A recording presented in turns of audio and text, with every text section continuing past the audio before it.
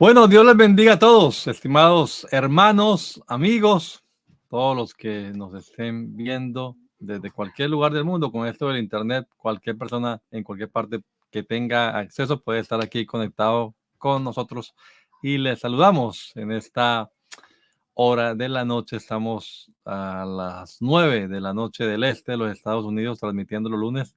Hablemos de apologética, defendiendo nuestra fe.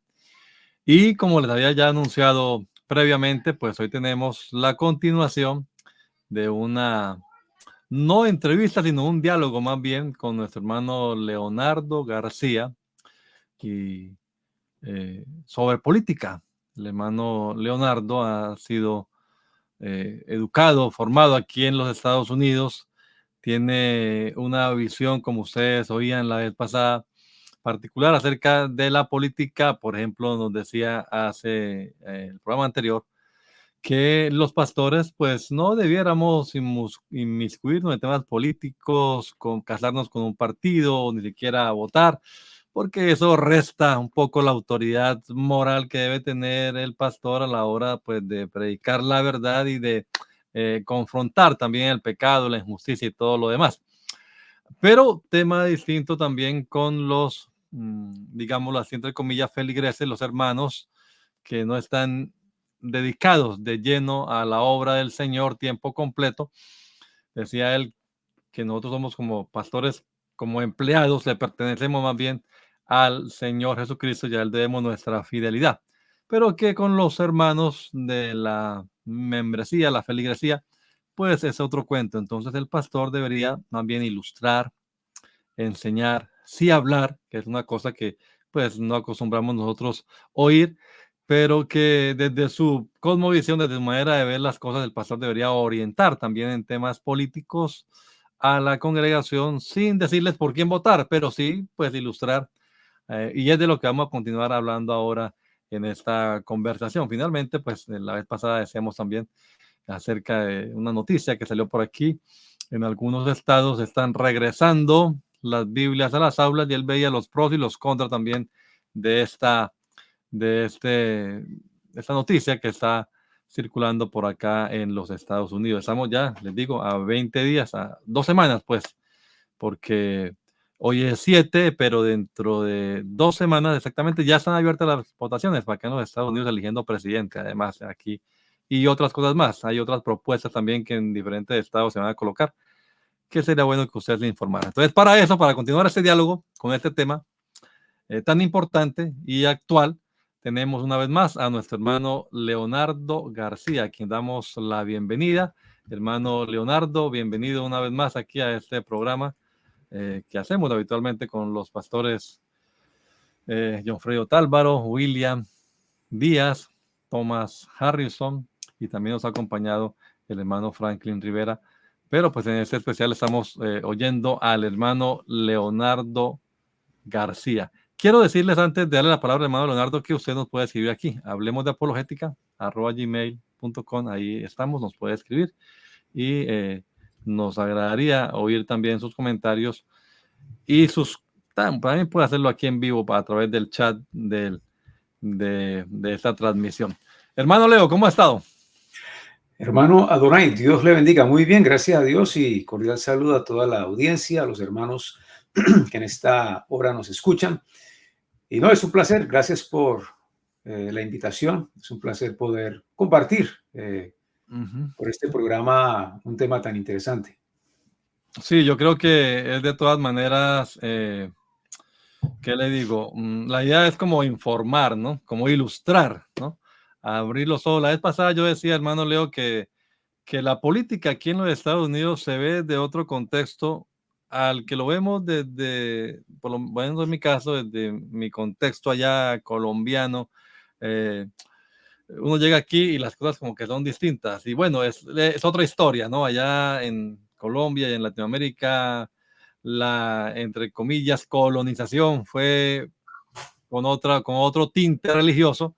Aquí en los Estados Unidos tuvo otras partes también de la formación, de la historia, y que usted nos contaba también la vez pasada acerca de esos que llegaron aquí y que comenzaron a, los que llaman los padres fundadores, ¿no? Cómo se fue gestionando la cuestión política y luego la separación, que decía usted, no ha sido siempre así, no era siempre así, la separación entre el Estado y la Iglesia, ¿no? Claro. Sí, bueno, creo que para mayor entendimiento del programa de hoy sería bueno recomendar que los oyentes Ujú. escuchen el programa anterior, si no lo hizo, y si lo hizo, también vuelva a escucharlo, Sí, claro. para entendimiento de lo que hoy vamos a hablar. Entonces, el propósito hoy es establecer algunos fundamentos, explicar algunos conceptos eh, y de pronto responder la pregunta, ¿de dónde el gobierno obtiene o adquiere su autoridad? Ujú. ¿Y qué posición ocupa el ciudadano en todo esto que la Biblia llama el cosmos, el mundo o el orden constitucional? Haciendo referencia al programa pasado, hablamos de la separación del Estado y la Iglesia, o la Iglesia y el Estado. Y las palabras que el Señor le dijo a Pilato antes de ser condenado: mi reino no es de este mundo. No se estaba refiriendo el Señor al planeta, no se estaba refiriendo a la fauna, porque el reino de Dios está aquí, en el corazón de los creyentes, de sus hijos, en la iglesia. Cuando el Señor dice mi reino no es de este mundo, tenemos que hacerlo desde, o explicar esto desde la definición, como lo hicimos en el programa pasado. Sí. Lo que le quiso decir es de que mi gobierno, mi reino, no es de este orden constitucional. Es decir, hay una separación entre el reino de Dios y el reino de los hombres. Entonces, la iglesia y en especial los ministros podemos y debemos, diría yo, identificar esas diferencias. Entonces, para continuar, quiero hacer énfasis en un concepto muy importante y recordando lo que la madre de los hijos de Zebedeo le pidió al Señor, que no era el Señor no la reprendió por su pregunta o su petición. Petición. Ujú. El Señor no la ridiculizó por su petición. Ella, en mi opinión, ella sabía muy bien lo que estaba pidiendo. Y la pregunta que le hizo la mujer al Señor fue: ordena que en tu reino se sienten estos dos hijos míos, el uno a la derecha y el otro a tu izquierda. ¿Por qué el escritor vio necesario registrar estas palabras o este acontecimiento en su evangelio? ¿Qué tiene que ver esto con las buenas noticias, con el reino de Dios? Y es que la izquierda y la derecha son conceptos, yo diría arquetipos, que representan funciones de gobierno. Estamos hablando de un reino. El Señor no vino a establecer solo una comunidad o una sociedad o un club. El Señor vino a establecer un gobierno, un reino. Por eso en Isaías 9:6, cuando se habla del hijo y del niño que es dado y es nacido, dice, y el gobierno sobre su hombro. Bien. Entonces él lleva la responsabilidad del gobierno de Dios. Pero ¿a qué se refiere entonces la madre de los hijos de Zebedeo cuando habla de la izquierda y de la derecha?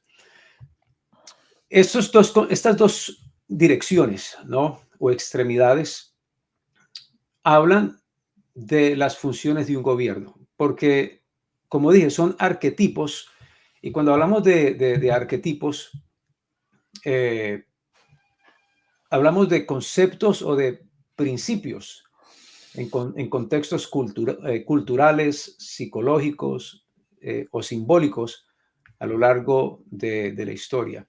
Ahora, este simbolismo, por ejemplo, la Biblia habla de la diestra de Dios o de la derecha de Dios. Y la derecha siempre ha sido símbolo de orden, ha sido símbolo de lo que es correcto, de lo que es justo, de lo que es positivo. En términos religiosos, la derecha se ha vinculado con el poder de Dios, con bendición, con autoridad, en fin.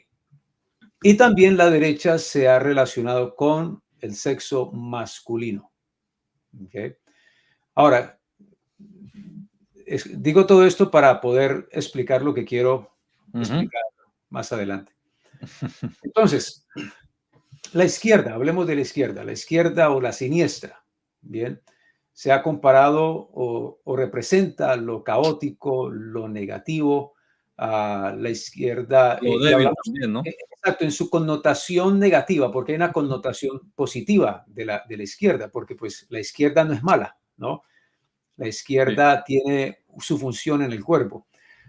Pero ese es la connotación negativa de la izquierda. Pero la izquierda también ha representado lo inconsciente, lo místico, ¿no? Lo oculto, lo irracional, y en el aspecto sexual ha representado a la mujer, lo femenino. Bien. Ahora, todos tenemos un gobierno o un autogobierno. Todos nos gobernamos.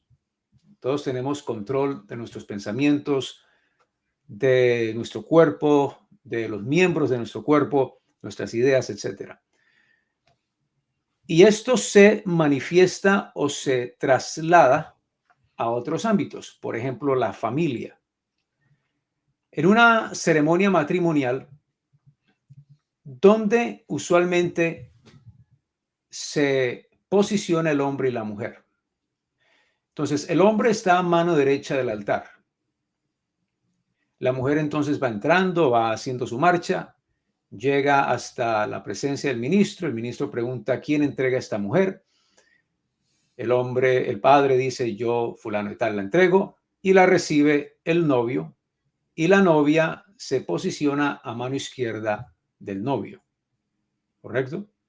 Entonces, el novio está a la derecha y la novia está en la izquierda. Y esto lo encontramos en el libro de los Cantares. La novia dice: su izquierda esté bajo mi cabeza y su derecha me abrace. Entonces, para que la izquierda del novio esté bajo la cabeza de la novia en Cantares, tiene que ser que ella está al lado izquierdo del novio. Estos conceptos de izquierda y derecha entonces se trasladan al hogar, porque el hogar o la familia es el gobierno de Dios. Los demás gobiernos son inventos de los hombres, que Dios lo permite, pero no es que Dios sea el creador de gobiernos. El gobierno que Dios creó es el hogar, o lo que llamamos la patria potestad.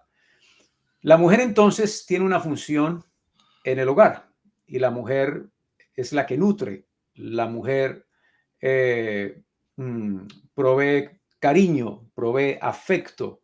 La mujer provee, vamos a decirlo así, caridad en el hogar. El hombre produce orden, produce protección, seguridad y todo lo que está relacionado con la mano derecha, y la mujer todo lo que está relacionado con la mano izquierda. Entonces, la madre de los hijos de Zebedeo, cuando le pide al Señor que uno de sus hijos esté a la derecha y el otro a la izquierda, ella sabe lo que está pidiendo. Y es que uno de sus hijos esté a cargo de lo que podríamos decir el juicio, la legislación y la fuerza del reino de Dios, y el otro a cargo de lo que llamamos nosotros la caridad, lo que llamamos los beneficios, lo que llamamos el welfare o el bienestar familiar. Esas dos funciones que hoy los gobiernos tienen, por eso siempre hay izquierda y hay derecha, ¿no? Y siempre hay una batalla entre estas dos extremidades. Bien, los de la derecha son más conservadores, son los que son económicamente más responsables. La izquierda no, la izquierda quiere gastar y gastar y darle al necesitado, no le ponen límite al fondo o a la bolsa, ¿no?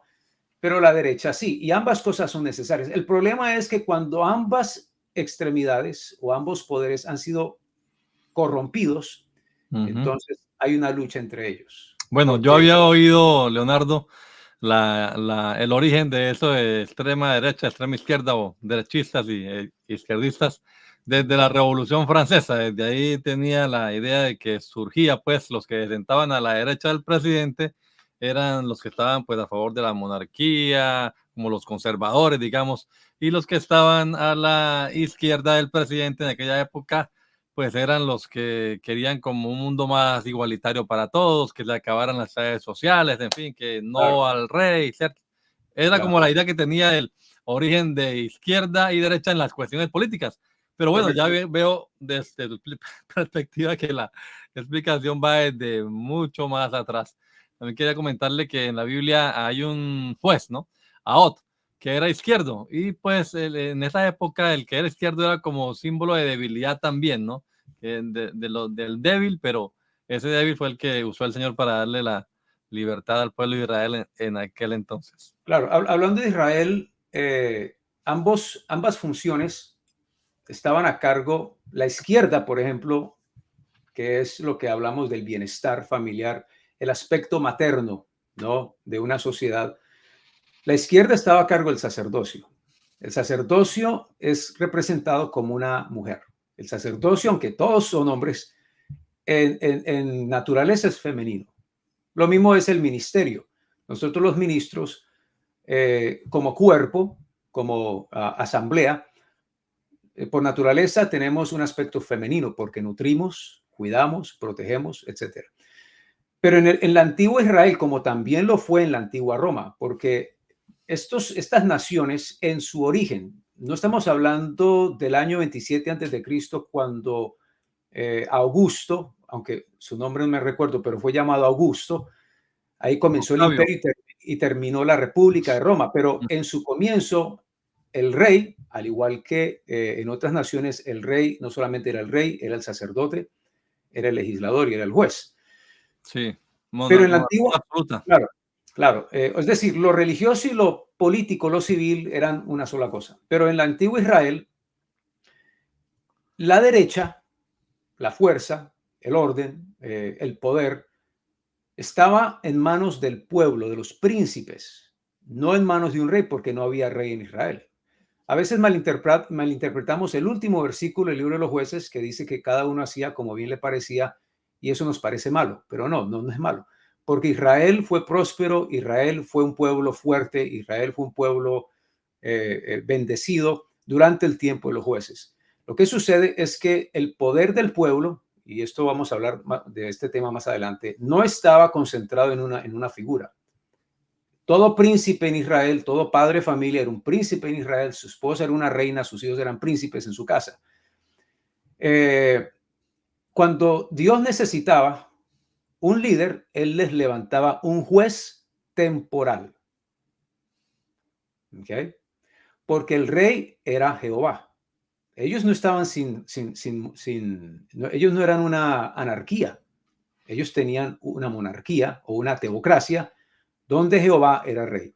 Dios les levantaba un juez temporal como Gedeón, Débora, Sansón, etcétera, para ciertos propósitos o ciertas misiones temporales. Y luego que terminaba la comisión, ya él dejaba de ser juez. Porque habían además otros jueces, ¿no? Cuando hablamos de las ciudades de refugio eran cortes de apelación. Y usted puede buscar esa información. Eran cortes de apelación. Pero lo que era el sacerdocio era la caridad o el bienestar de la nación, porque recordemos de que Números y Levítico dicen de que el diezmo era para el huérfano, la viuda, el extranjero y el levita. ¿Okay? Ujú. Así se Sí. distribuye el diezmo. El huérfano y todos estamos hablando de un bienestar social. Entonces, la izquierda estaba en manos del sacerdocio, pero la derecha estaba en manos de los príncipes, no del rey, porque todavía no tenían rey, estaba en manos de los príncipes. Y cuando Dios necesitaba un líder, era temporal. Por eso Josué no se atrevió a autodenominarse, él tenía la fama, él tenía la reputación para autodenominarse rey en Israel. Él simplemente cuando termina su trabajo dice, bueno, yo y mi casa serviremos a Jehová, ustedes verán a quién sirven. ¿No? Pero recuerden lo que puede suceder si no sirven a Dios o si se regresan a los dioses que quedaron del otro lado del desierto, del río. Y él no se atrevió a autodenominarse rey. Pasa el tiempo, los príncipes de Israel se corrompen y aquí es donde entonces viene el, ¿cómo diríamos? El maleficio o el mal necesario, digámoslo así, el mal necesario de pedir rey. Y conocemos bien la historia.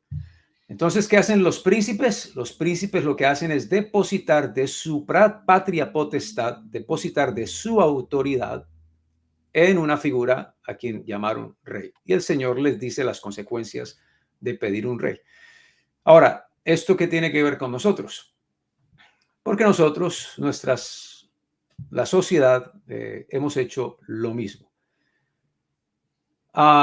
Si usted, por ejemplo, va a la Carta Universal de los Derechos Humanos o va a la Constitución de su país, por ejemplo, o de este país, usted va a encontrar frases como estas. Dice, por ejemplo, el poder cívico, el poder civil, el poder de los magistrados, no puede tener derecho excepto porque se deriva del derecho individual de cada hombre. ¿Okay?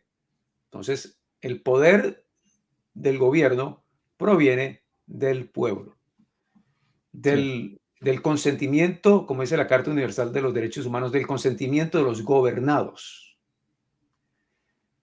Aquí entonces es donde viene una mejor interpretación de Romanos capítulo 13, el verso 1 en adelante. Porque Romanos 13, déjame buscar, dice, para no ir a decir lo que no es. Romanos 13 dice, sométase toda persona a las autoridades superiores. Si usted busca la palabra autoridad, es la palabra exousia, la palabra griega exousia, que en ese entonces era usada para describir la más alta libertad. Esa palabra también fue usada como derecho. Por ejemplo, el apóstol, creo que es en la carta de los Corintios, cuando él habla de los derechos como apóstol, él usa esa misma palabra. En otro pasaje de la Biblia, cuando se habla de libertad, se usa esa misma palabra, porque el uso popular de exousia no era tanto autoridad como lo era libertad o derecho. Si nosotros cambiamos, bien, esa palabra autoridad por la palabra derecho o por la palabra libertad, diría de esta manera: sométase toda persona a la más alta libertad. En inglés dice higher powers, la King James, a los poderes más altos, porque no hay libertad sino de parte de Dios y la que hay por Dios ha sido establecida. Podríamos decir, porque no hay derecho sino de parte de Dios y el que hay por Dios ha sido establecido. ¿Por qué digo esto? Porque ¿cómo podríamos nosotros predicarle a los hermanos en Venezuela, en China, en Norte Corea, que sométase? Entonces, los hermanos que huyen de Venezuela, que huyen de Cuba, que huyen de estos países comunistas, estarían pegando porque no se estarían sometiendo a la autoridad, si es que esa es la interpretación. Estarían pecando contra Dios, estarían ellos rebelándose contra lo que Dios ha establecido. Entonces, no tiene sentido. Además, los apóstoles, desde un principio, decidieron de que es menester obedecer a Dios antes o en vez de los hombres. Exacto. Entonces, este verso 1 de Romanos 13, en realidad lo que está haciendo el apóstol es describiendo el más alto derecho. Y vamos a usar un ejemplo, hermano Donay. En la Iglesia Pentecostal Unida Latinoamericana, en la Asamblea de Ministros, bien, ¿quién es la máxima autoridad? ¿Cuál es el más alto poder según el reglamento? La Sí, podemos asamblea, decir Cristo, ¿no? el cuerpo de ministros. Exacto. El cuerpo de ministros es la más alta autoridad. No es presidencia, secretaría, tesorería, no es la Junta Nacional, no son los oficiales. ¿Por qué? Porque la presidencia la creó la Asamblea, la secretaría la creó la Asamblea. Por eso le rinden informe a la Asamblea. Exactamente. Están Es decir, contando lo que hicieron con el voto de confianza que se les dio por un año, digámoslo así. Exactamente. Entonces, cada ministro En otras palabras, la asamblea es el jefe de la junta. La asamblea es el jefe de los oficiales distritales. La asamblea creó todas estas funciones, no solamente creó esas funciones, sino que la asamblea de ministros también limitó la autoridad describiendo cuáles son sus funciones. En otras palabras, si un miembro de la junta hace más de lo que se le permite, eso se llama abuso de autoridad. Si un miembro de la junta hace menos de lo que debe hacer, eso se llama incompetencia, es incompetente y negligente. Bien, tiene que hacer y puede hacer exclusivo solo lo que dice el reglamento concerniente a su cargo. No puede hacer más. Si quiere hacer algo más, ¿qué tiene que hacer? Ir y proponerle a la máxima autoridad permiso, proponer una resolución para que la máxima autoridad autorice que X oficio se le añada una función más, que no le es permitido porque no está establecido de esa manera. Entonces, la máxima autoridad en este ejemplo es la asamblea, es decir, cada ministro deposita la autoridad de su ministerio, porque el ministerio no es dado por la junta, el ministerio no es dado por los hombres, el ministerio es dado por Dios. Sí. ¿Okay? Ahora, ¿deberíamos nosotros estar concediendo tanto ministerio? No. Por eso hay que tener cuidado con las resoluciones. Pero bueno, este es otro tema, no estamos saliendo del tema. Pero vamos a trasladar. Pero le capto la idea que es la de depositar o delegar algo que me compete a mí en otro ente, digámoslo, Exacto. gubernamental, ¿no? Encárguense ustedes de esto, yo lo estoy autorizando. Correcto. Entonces, por ejemplo, John Milton dijo que el poder de los reyes y magistrados no es otro, sino lo que solo es derivado, transferido y comprometido a ellos por la confianza del pueblo. Bien. O sea, el poder de los reyes y magistrados no es otro, sino el poder que le confiere el pueblo. Por eso usted encuentra que toda nación que existe fue fundada por hombres, por el sexo masculino. Usted en ese cuadro, donde encuentra a todos los padres fundadores de Estados Unidos, usted no encuentra una mujer. ¿Por qué? Porque la patria potestad la tiene el varón. El poder para crear gobierno, para crear toda esta estructura gubernamental, la tiene el varón. Bien, porque él es después de Cristo. Entonces, Dios, cabeza de Cristo, Cristo, cabeza del varón. Ese es el orden del gobierno de Dios. El orden jerárquico de esto no es Dios, Estado e individuo. Es Dios, individuo, familia y Estado. Pero hoy hemos visto a las multitudes, a las masas, invertir el orden, al punto donde ahora Dios no está primero, sino que tenemos una especie de religión llamada estatismo. Bien, donde los hombres le rinden pleitesía al Estado. No debería ser así. Ahora es casi Estado, individuo y Dios por allá abajo, pero el orden correcto es Dios, individuo, familia y Estado. Todo esto lo decimos porque para que la audiencia, quienes nos escuchan, entiendan su posición dentro de este cosmos, dentro de este orden constitucional. El pueblo es la máxima autoridad. Eso se lo dice esta constitución, eso se lo dice inclusive la constitución de su país, si es que no se han ido por el camino del comunismo, porque entre otras cosas muy interesante de que, ¿cómo es que le dicen, hermano Adonai? The 10 planks of communism, los 10 pasos o las 10... No sé esa. Sí, hay 10... ¿Escalones será? Sí, hay 10 pasos, que creo que fue Karl Marx o uno de estos fundadores del comunismo. El primer paso hacia el comunismo es la eliminación de la propiedad privada. Karl Marx. 10 pasos hacia el comunismo. Oh, fue Karl Marx. Ok, ¿qué dice el primero? Si lo tienes ahí, léelo si lo tienes. Bueno, no lo tengo acá, pero...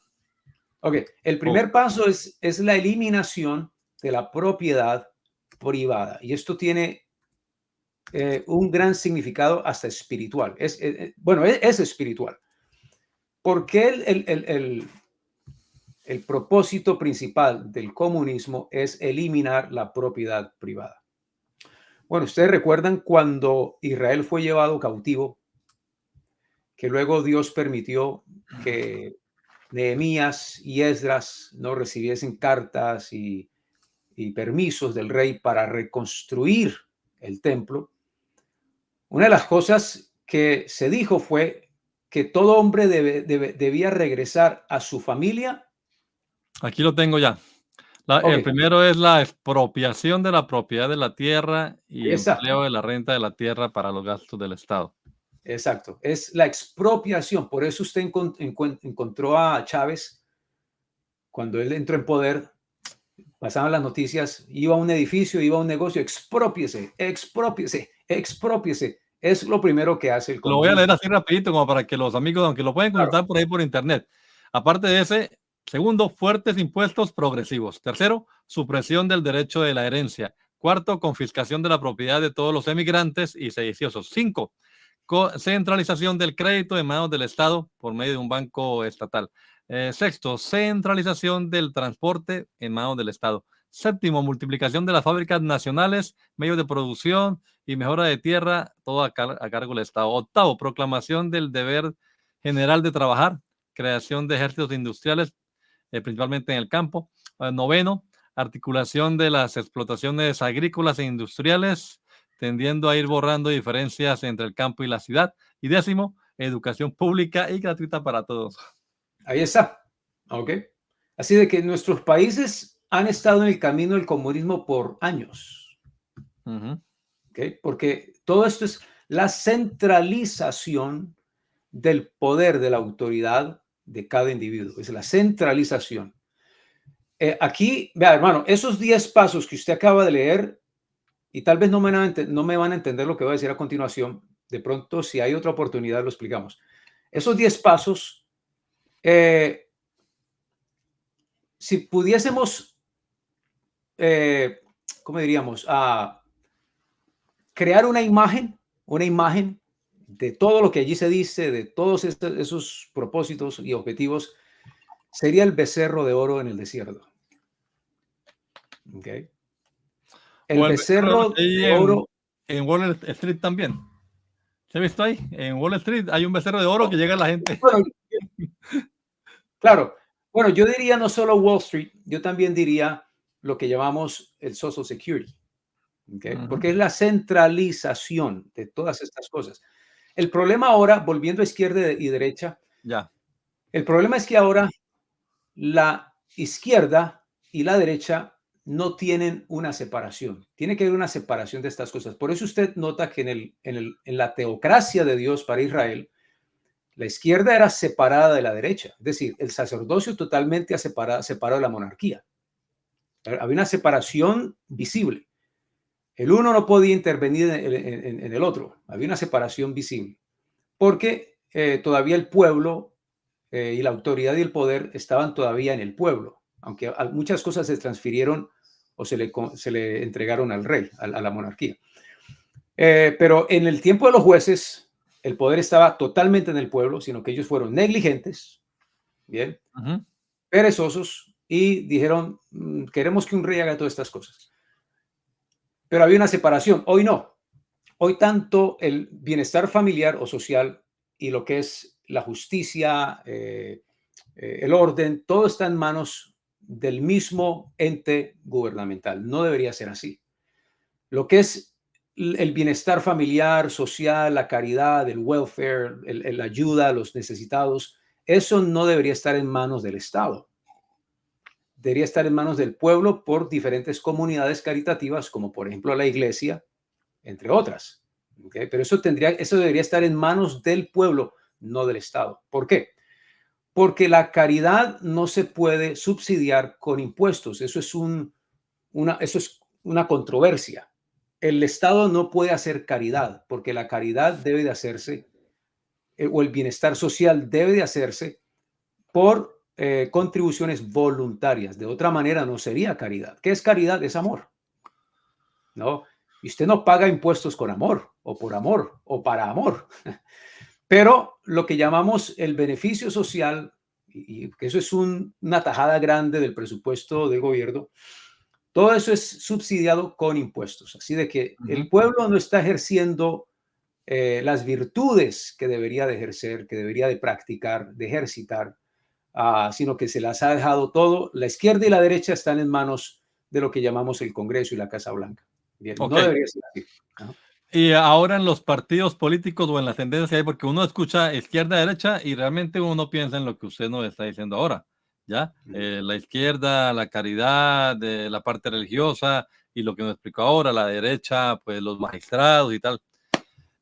Sino que uno piensa es en los partidos políticos, ¿no? Ahora aquí mismo en Estados Unidos hay prácticamente dos, como en todas partes del mundo, dos tendencias. Hay una noticia por ahí que leí ayer o estos días, noticia que en un país por allá, creo que fue Austria, un país de Europa, la extrema derecha ganó. Entonces todavía se oye extrema derecha, extrema izquierda, izquierda, derecha. Pero eso tiene otra connotación distinta a la que usted está diciendo, ¿o no? ¿O es lo mismo? Yo diría que es lo mismo, diferente lugar, diferente lenguaje, diferentes personas, pero es lo mismo. Para mí es lo mismo. Para mí, por ejemplo, el becerro de oro es el camino al comunismo. El Señor les dijo, no regresen a Egipto. Y no quiso decir literalmente. Lo que quiso decir es, no practiquen lo que vieron en Egipto. No regresen a esos caminos, porque llevan a la corrupción, llevan a la concentración del poder en unos cuantos o en uno solo, y eso causa destrucción, causa pobreza, causa esclavitud, y a la final todos estos reinos terminan en fracaso.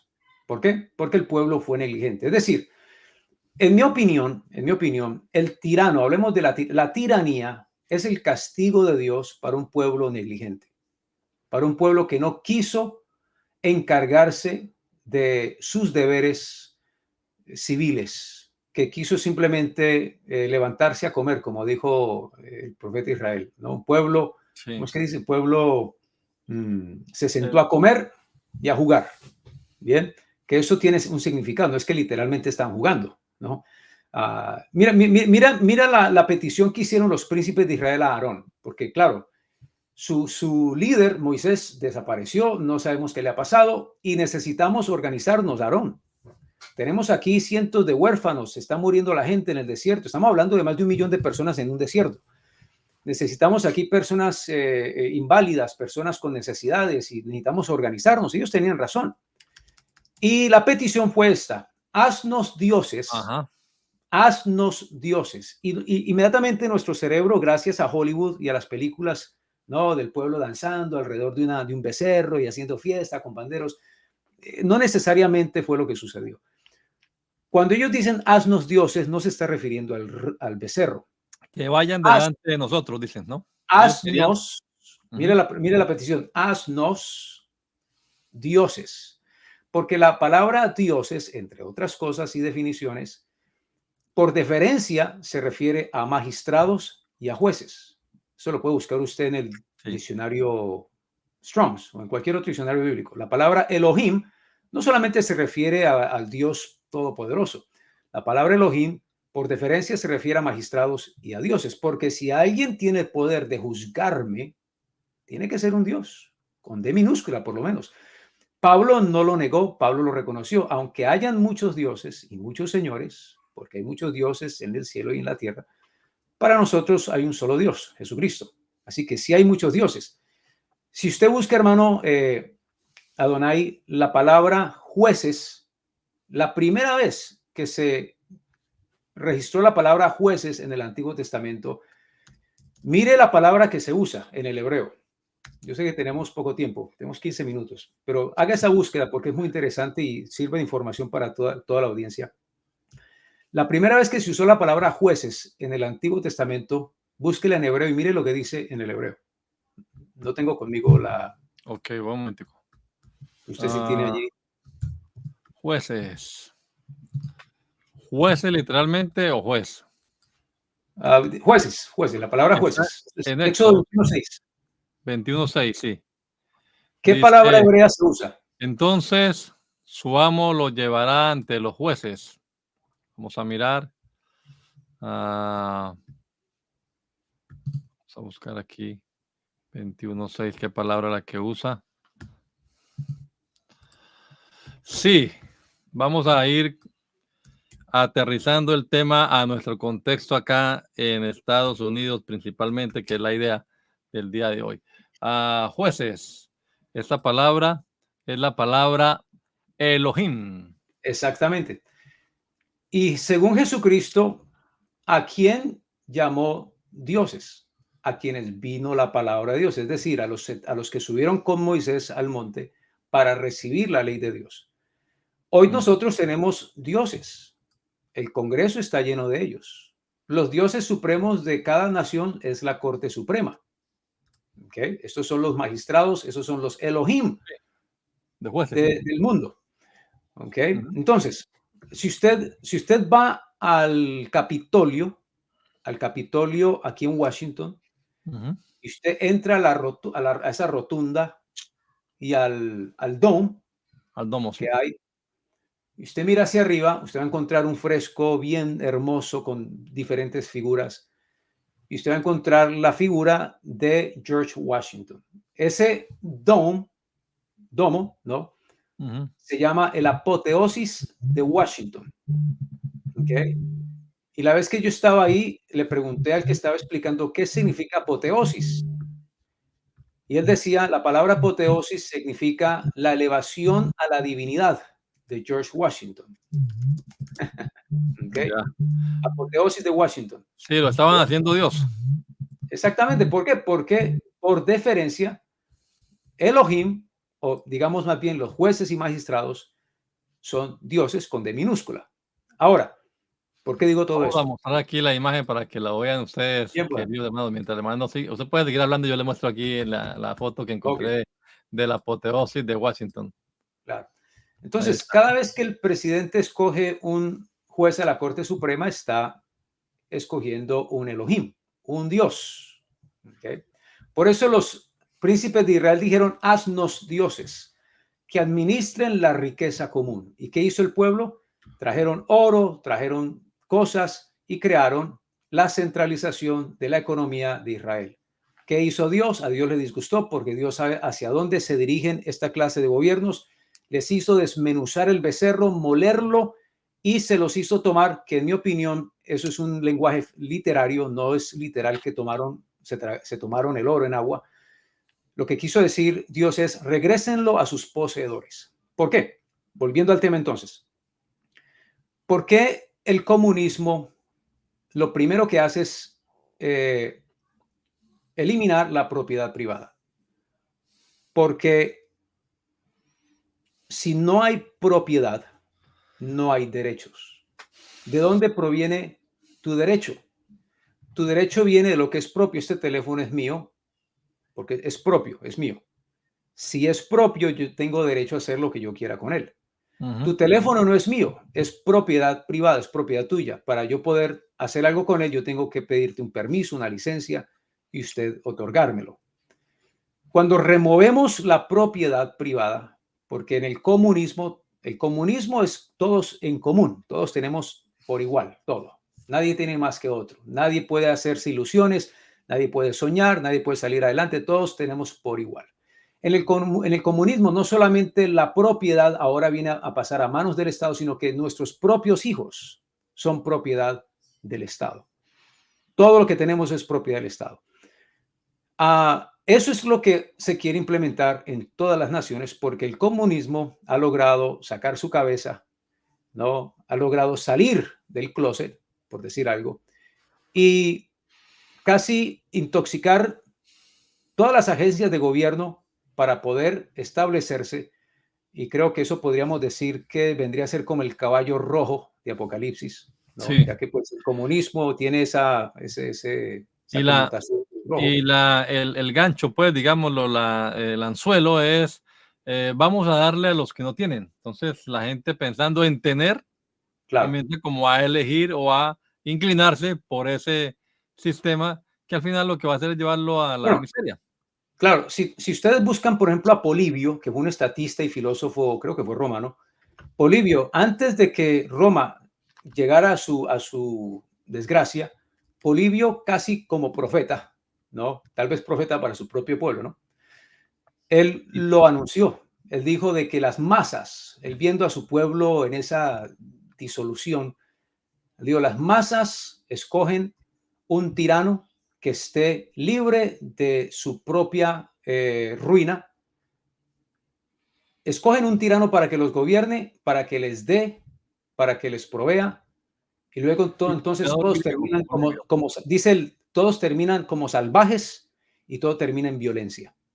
Todos terminan saqueando la propiedad privada. Y eso es lo que hacia donde se dirige este país si el pueblo no abre los ojos y en que es lo que oración. queremos, es lo que Claro, queremos con estas charlas que, hombre, miremos las cosas como realmente son, no como nos las están pintando, especialmente los claro, medios masivos de comunicación, ¿no? Que claro, pintan todo y la gente que vive solamente leyendo o viendo los medios claro, masivos de comunicación, pues no se dan cuenta del poder que hay detrás de ellos. claro. Entonces le pasó a Israel, le pasó a Egipto, le pasó a Babilonia, le ha pasado a toda civilización. Todos han comenzado bien, porque hay que reconocerlo, comienzan bien. Comienzan saliendo de un caos y se establecen justicia, orden, paz. Los hombres, hay hombres fuertes de virtud que se levantan y establecen las naciones, como ha pasado con todas las naciones, pero en el proceso se olvidan de ser vigilantes, de vigilar, se olvidan, viene la abundancia, porque Ujú, todo ese sacrificio produce abundancia. claro. Viene entonces la conformidad, comienzan a comer y a jugar, como dice el profeta. El pueblo se sentó a comer y a jugar. Se les Mm. olvidó el sacrificio de sus padres, se les olvidó el origen de cómo comenzaron, ya no trabajan, ya entonces dependen de la abundancia, se vuelven negligentes y terminan otra vez en la destrucción. Bien. Entonces, bien pues, Entonces, no, le iba a decir que estamos ya a punto, pues les digo, dentro de 2 semanas ya están abiertas, creo que el 20 de octubre empiezan a abrir las urnas y ya puede usted y yo, los que puedan, los ciudadanos, ir a sufragar, los hermanos, y que puedan hacerlo. La idea, hermano Leonardo, es con qué criterio va alguien a elegir o a depositar lo que estamos hablando ahora, ¿no? Mi bien, autoridad, lo que me corresponde a mí, lo voy a confiar en alguien. claro. ¿Con qué Entonces, criterio debería un hermano ir y elegir entre dos o más bien, alternativas? entonces, para quienes no estuvieron en el programa pasado, eh, antes de ya dar mi comentario, Ujú. quiero dejar claro de que soy apartidista, no estoy afiliado a ningún partido, así de que tengo toda la Sí, libertad y lo confianza dijimos al principio, sí, de señor. opinar, ¿correcto? Pero no soy apolítico, porque todos estamos involucrados en política, como lo dijimos y lo explicamos en el programa pasado.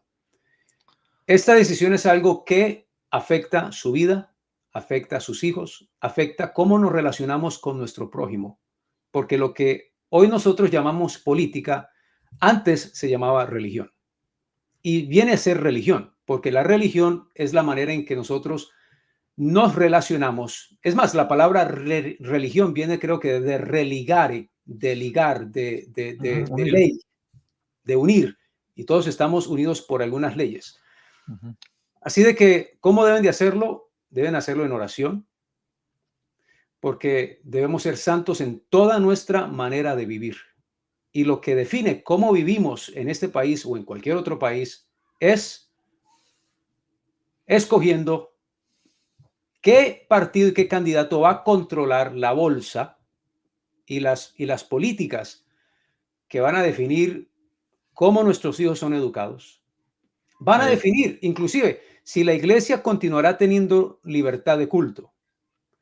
Las políticas que van a definir si siguen usando nuestros impuestos para los abortos, para los cambios de sexo o las ujú, cirugías de cambio de sexualidad, que pues sí, es imposible, ¿no? Pero están usando nuestros impuestos, el sudor de nuestra frente. Y como para poner esto en contexto, por lo general, todo ciudadano trabaja entre 2 a 3 meses para el gobierno. ¿Ok? ok. Pongamos esto en contexto. Ujú. Usted y yo trabajamos por lo menos 2 a 3 meses para el gobierno. Es decir, Digamos que el 25%. claro, el 25% de nuestro salario se lo lleva el gobierno. Así que 3 meses del año trabajamos para el Estado.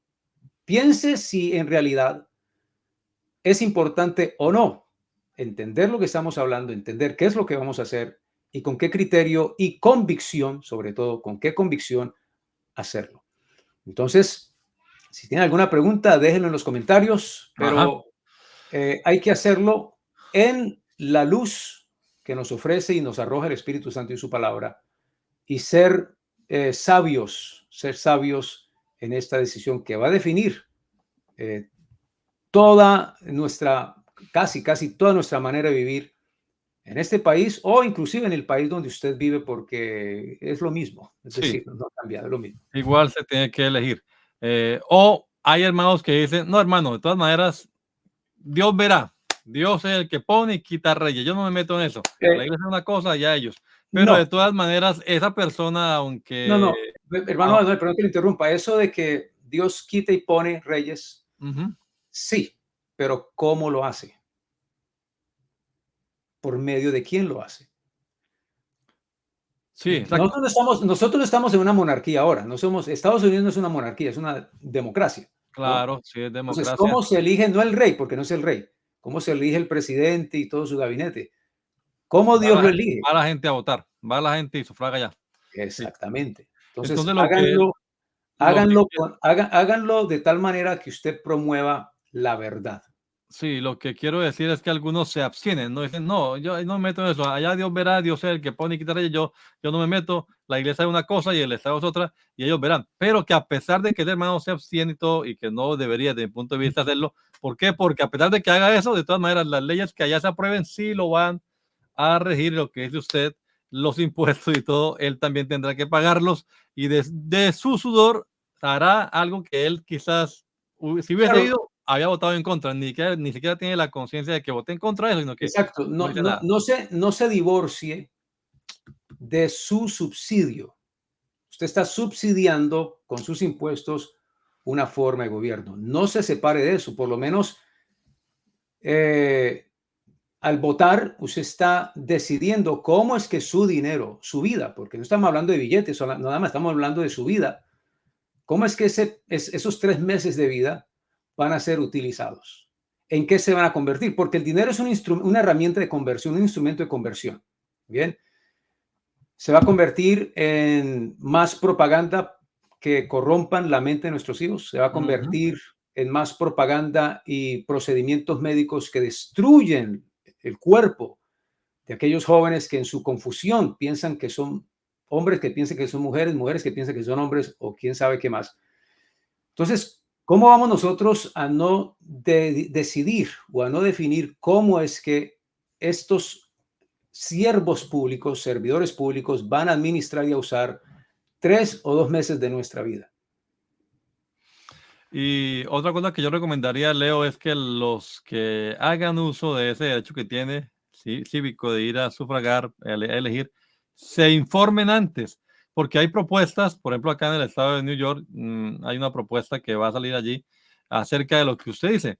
Eh, por decir algo, que el niño ya no tenga que informar ni tener autorización de sus padres para, según la ideología que está imperando ahora, él decida, aunque es un niño, ser niña, ni le informa a los padres ni nada, y entonces a veces Claro, la gente no se entera de qué es lo que está marcando o no marca claro, nada, y hay que claro. marcar obviamente que no, si Exacto, en dado caso, exacto. ¿no? Infórmese quién es el partido, el candidato que está promoviendo estas aberraciones, esta amenaza contra el bienestar social, el bienestar nuestro. Infórmese. Infórmese quiénes son más amigos de la verdad, porque no hay partido político para la verdad. La verdad no tiene un partido político. Un paréntesis, me pareció interesante de que tenemos 2 minutos, creo. Eh, en los Estados Unidos hay un grupo de personas que no son miembros de un partido político y no votan por un partido político. ¿Sabe quiénes son? No, La Corte Suprema. oh, Los ya. jueces de la Corte Suprema no votan. Por eso es cuando están en el Estado de la Unión, Usted los ve allí y unos se paran, aplauden, la izquierda se para, aplaude, pero ellos están sentados, no aplauden, no se levantan, no dicen nada. ¿Por qué? Porque ellos están sirviendo la justicia. Ellos no pueden tomar partido. Ellos representan la justicia de la nación, la constitución de este país. Bueno, uno de estos partidos es más amigo de la verdad que el otro. Usted como creyente, como hijo de Dios, nosotros como ministros, somos columna y baluarte de la verdad. Bueno, si la verdad tiene si la verdad tiene un partido es la iglesia, ¿no? Pero somos quienes representamos la verdad. Y Sí. como dijo el hermano Eliseo, que en paz descanse, a veces hay que escoger entre el cáncer y el SIDA, ¿no? Entre el menor de dos males. Así de que, hermanos, pues en oración, tomen una decisión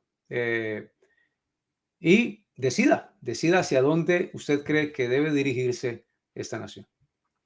Bueno, que Dios le bendiga, hermano Leonardo, y agradezco a todos los hermanos aquí que han estado con nosotros. Espero que estas dos charlas que hemos tenido hayan sido de edificación sobre la cuestión política, que a veces genera de todas maneras ciertas emociones, pero escúchenlo, repáselo con cabeza fría, lo que hemos conversado hoy, lo que conversamos la vez pasada, analícenlo, ore a Dios y ejerza su derecho. Porque si no, usted de todas maneras va a tener que vivir bajo lo que otros aprobaron e igual nos lo impusieron. Hermano Leo, que el Señor Jesucristo le bendiga. Muchas gracias. Gracias a usted, hermano Adonai. Dios le bendiga. Amén.